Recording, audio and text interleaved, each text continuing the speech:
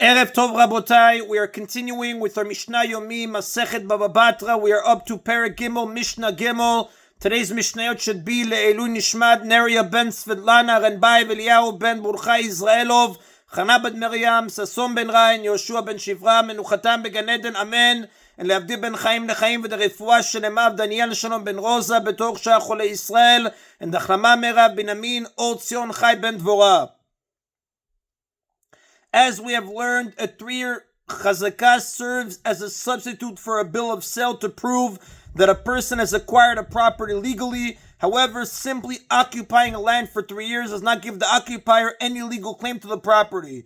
Kol chazakah shenimat ta'ana, any chazakah that is not accompanied by a claim of legal ownership, and a chazakah is not a valid chazakah. Ketzad, how so? Amar lo mata oseh betoch sheli, if someone said to his fellow, "What are you doing in my property?" And he replied to him, I am using this property because no one ever told me anything in protest, but he does not say that he ever bought or acquired the property. And this is not a valid chazakah, and he must leave the property because he does not claim to own it or have any right to it. Although he resided there for 3 or more years without protest, this means nothing unless he also advances a claim, a reason why the property is legally his, such as a claim that he bought it or received it as a gift.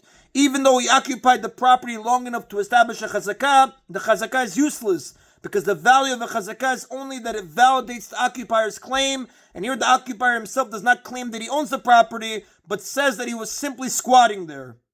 Now the Mishnah states this rule, and although it seems obvious to teach that we do not consider the possibility that the occupier really did purchase the property, but is afraid due to his ignorance of the laws of chazakah to mention this, lest he be asked to produce a bill of sale which he knows he has lost. We don't assume that. If, however, the occupier replies, I'm here because you sold the property to me, or because you gave it to me as a gift, or he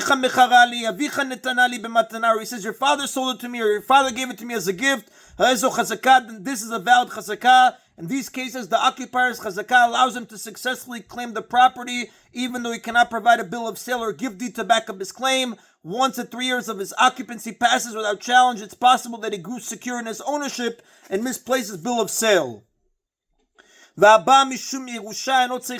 one who comes with the claim of inheritance does not need to defend his ancestors' claim, meaning if the occupier claims that he originally received the property as an inheritance from his father, he is not required to provide proof that his father acquired it legally from the previous owner, as long as he established a chazakah by using the property for 3 years without protest and can provide proof that his father lived in the property for at least 1 day before he died. This claim is believed. As we have learned, the basis of a chazakah is the fact that unauthorized occupancy of a person's property will cause him to protest, and this failure to protest gives the occupier a reason to become secure in his title and careless in safeguarding his deed. The Mishnah now identifies certain groups of people whose occupation of a property for 3 years does not establish a chazakah. In the following cases, the owner has no reason to protest because the occupants have a valid reason to be occupying his property, and his lack of protest therefore does not prove that he sold the property. Ha'omanin, craftsmen, such as builders who are performing construction or repairs on the property. Vashutafim, partners, referring to a case where 2 partners own property. Va'arisin, sharecroppers. Va'apotropin, and administrators, either court-appointed administrators or administrators appointed by an owner to oversee either his own property or his estate for his children after his death.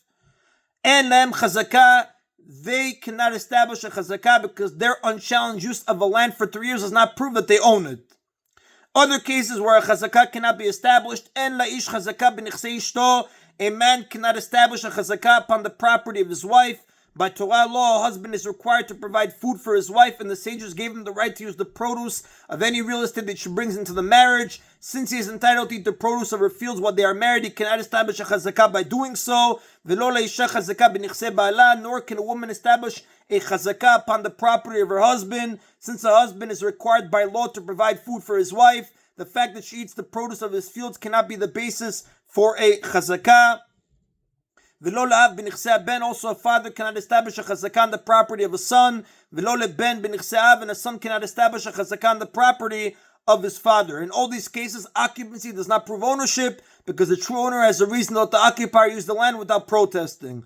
Now the Mishnah explains that there is another type of chazakah, the chazakah of kinyan, which is an act of acquisition that can be made by all of these groups of people. B'med dvarim amurim, when were these words stated? B'machazik, regarding someone who is establishing a chazakah to prove his claim of ownership, meaning he's trying to establish a 3-year chazakah as his proof that he owns the property he is occupying, so he will not need to produce his deed to the property if his right to it is challenged. But if a person is giving a gift to someone else and the recipient of the gift wishes to make a kinyan chazakah to acquire it, or if brothers are dividing an estate and a kinyan chazakah is being performed by each heir to acquire his portion of the estate, that the other cannot retract and protest the division, or if someone wishes to acquire the ownerless property of a deceased convert, and the recipient locked it up, fenced it in, or breached its fences even a little bit, this is a valid chazakah of acquisition, and he thereby acquires the property. Even the groups of people listed earlier in the Mishnah who cannot establish a 3-year chazakah on certain properties can legally acquire those properties with the kinyan chazakah, and that is an of Mishnah Gimel. Now, someone who claims to have established a 3-year chazakah upon a field must provide proof to his claim by producing witnesses who testify that he has eaten its crops for the 3 years. This testimony can be given by a single pair of witnesses or by 2 or more pairs of witnesses who each testify to part of the 3-year chazakah. The Mishnah Dalet discusses the penalty that must be paid by witnesses if they testify falsely about a chazakah and are there found to be the type of false witnesses known as zomamin witnesses.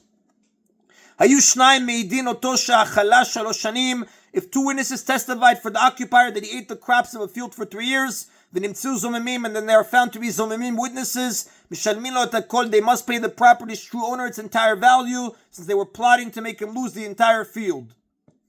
The Mishnah's second case teaches how the penalty is paid when the chazakah was testified to by a combination of several sets of witnesses who were then all found to be zomimin, shnayim b'rishona, shnayim b'shniya, shnayim b'shlishit. If the testimony for the chazakah was provided by 3 sets of witnesses, with 2 testifying about the first year, 2 testifying about the second year, and 2 testifying about the third year, and they were all found to be zomimin, mishalmin benehem, we divide the penalty among them, with each set paying 1/3 of the field's value to the true owner. In this case, we assume that the 3 sets of witnesses that were produced by the occupier all plotted together to deprive the true owner of his land. Therefore, the penalty is divided among them, and each set of witnesses must pay 1/3 of the land's value to the true owner.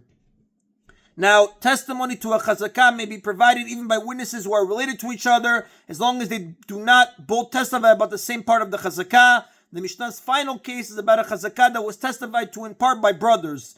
If there were 3 brothers who each testified to 1 year of a chazakah and one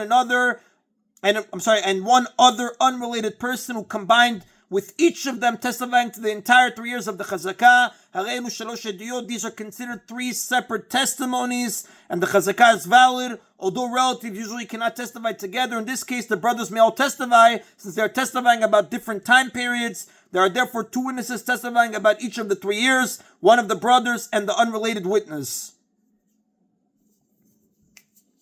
Then edut achad lazama. However, they are considered one testimony with regard to azama, meaning even though we view the 3 years of the chazakah as 3 separate testimonies, and therefore we allow the 3 brothers to testify, a 3-year chazakah is still viewed as one unit regarding the laws of azama. Therefore, in this case, the kasher zalam penalty does not apply unless all 4 of the witnesses are found to be zomimin, and if they are found to be zomim, the penalty is divided among them, with the unrelated witness paying half the value of the land, as he provided half of the testimony, and each of the brothers paying 1/6. And that is on about today's Mishna Yomi. Baruch Adonai Leolam. Amen v'amen.